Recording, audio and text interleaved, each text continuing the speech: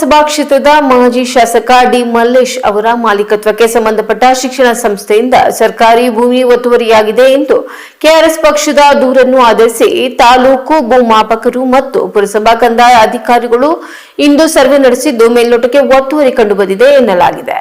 KRS ಪಕ್ಷದ ತಾಲೂಕು ಅಧ್ಯಕ್ಷ ಆದೇಶ್ ಮಾತನಾಡಿ, ಹೊಯ್ಸಳ ಶಿಕ್ಷಣ ಸಂಸ್ಥೆಯಿಂದ ಸರ್ವೆ ನಂಬರ್ 185ರಲ್ಲಿನ ಭೂ ಒತ್ತುವರಿ ಮತ್ತು ಪುರಸಭಾ ಖಾತೆ ನಂಬರ್ 1027ರಲ್ಲಿ 4,000ಕ್ಕೂ ಅಧಿಕ ಅಡಿ ಜಾಗ ಮಾಜಿ ಶಾಸಕ ಡಿ ಮಲ್ಲೇಶ್ ಅವರ ಮಾಲೀಕತ್ವದ ಶಾಲೆಗೆ ಒತ್ತುವರಿಯಾಗಿರುವ ಬಗ್ಗೆ ಸೂಕ್ತ ದಾಖಲೆಯೊಂದಿಗೆ ತಹಸೀಲ್ದಾರ್ಗೆ ಮನವಿ ನೀಡಿದ ದಿಸೆಯಲ್ಲಿ ಸರ್ವೆ ನಡೆಸಿದ್ದು ಮೇಲ್ನೋಟಕ್ಕೆ ಒತ್ತುವರಿ ಬಗ್ಗೆ ಅಳತೆಯಲ್ಲಿ ಕಂಡುಬಂದಿದೆ. ಸರ್ವೆ ನಂಬರ್ 185ರಲ್ಲಿ 20 ಗುಂಟೆ ಭೂಮಿ ಶಾಲೆಗೆ ಕಾನೂನುಬದ್ಧವಾಗಿ ವಶಪಡಿಸಿಕೊಂಡಿದ್ದಾರೆ. ನಮ್ಮ ಯಾವುದೇ ಅಭ್ಯಂತರವಿಲ್ಲ. ಆದರೆ ಇದೇ 20 ಗುಂಟೆ ಭೂಮಿಯನ್ನ ಶಾಲೆ ಹೆಸರನ್ನ ಹೇಳಿಕೊಂಡು ಕೆಲ ಭೂಗಳ್ಳರು ಲೇಔಟ್ ಮಾಡಲು ಮುಂದಾಗುತ್ತಿರುವ ಮಾಹಿತಿ ಆಧರಿಸಿಯೇ ಸರ್ಕಾರಿ ಆಸ್ತಿ ಒತ್ತುವರಿ ತಡೆಗೆ ಕೆಆರ್ಎಸ್ ಪಕ್ಷ ಮುಂದಾಗಿದೆ.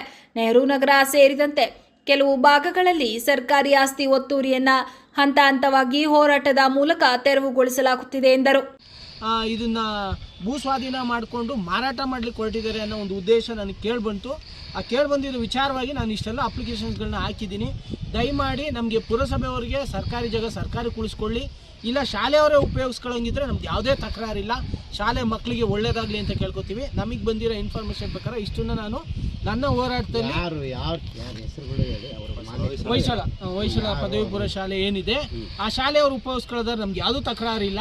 ಅದನ್ನು ಡಿನೋಟಿಫಿಕೇಶನ್ ಮಾಡಿ ಮಾರ್ತಕ್ಕಂತಹ ಇದು ಕೆಲಸಕ್ಕೆ ಕೈ ಹಾಕಿದ್ದೀರ ಅನ್ನೋ ನನಗೆ ಇನ್ಫಾರ್ಮೇಷನ್ ಬಂದ ಮೇಲೆ ನಾನು ಇಷ್ಟು ಕೆಲಸ ಮಾಡೀನಿ. ದಯಮಾಡಿ ಇದನ್ನು ಪುರಸಭೆ ಜಾಗ ಪುರಸಭೆಯವರು ಉಳಿಸ್ಕೋಬೇಕು ಅಂತ ಕೇಳ್ಕೊತೀನಿ ನಾನು. ಅದು ಪುರಸಭೆಯವ್ರದ್ದು ಅಂತಲ್ಲ, ಎಲ್ಲೋ ಆದ್ರೂ ಇದೆ. ಸರ್ಕಾರಿ ಅಧಿಕಾರಿಗಳು ಸರ್ಕಾರಕ್ಕೆ ಸರಿಯಾದ ರೀತಿಯಲ್ಲಿ ಕೆಲಸ ಮಾಡದೇ ಇರತಕ್ಕಂಥ ಬೇಜವಾಬ್ದಾರಿತನ ತೋರಿಸಿರೋದ್ರಿಂದ ಇದೊಂದು ನಾನು ತೋರಿಸ್ಕೊಟ್ಟಿದ್ದೀನಿ. ಇಂಥವು ಸಾವಿರಾರಿದೆ ಬೇಲೂರು ಒಳಗಡೆ. ನಾನು ಎಲ್ಲದನ್ನು ಮುಂದಿನ ದಿನಗಳಲ್ಲಿ ತೋರಿಸ್ಕೊಡ್ತೀನಿ. ಈ ಸಂದರ್ಭದಲ್ಲಿ ಭೂಮಾಪಕ ಗಂಗಾಧರ್ ಮಾತನಾಡಿ, ಹೊಳೆಬೀದಿ ಸರ್ವೆ 184, 185ರ ಸರ್ವೆ ನಂಬರ್ ಭೂಮಿಯನ್ನ ಅಳತೆ ನಡೆಸಲಾಗಿದೆ. 183ರಲ್ಲಿ ಸ್ಮಶಾನವಿದೆ. ಉಳಿದಂತೆ ಸರ್ವೆ ನಂಬರ್ 185ರಲ್ಲಿ 1.23 ಎಕರೆ ಭೂ ಸ್ವಾಧೀನಕ್ಕೆ ಒಳಪಟ್ಟಿದೆ. ಈ ಜಾಗ ಹೊಯ್ಸಳ ಶಿಕ್ಷಣ ಸಂಸ್ಥೆಯ ಕಟ್ಟಡದ ತನಿಖದಲ್ಲಿದೆ.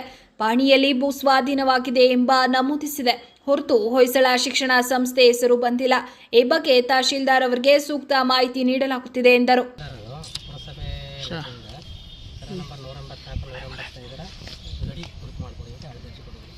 ಅದರಂತೆ ಸರ ನಂಬರ್ 184, 185ರ ಗಡಿ ಗುರುತು ಮಾಡಿಕೊಟ್ಟಿದ್ದೀವಿ. ಅದೇ ಭೂಸ್ವಾಧೀನ ಪ್ರಾಣಿ ಪ್ರಕಾರ 184, 185 2 ಸರ ನಂಬರ್.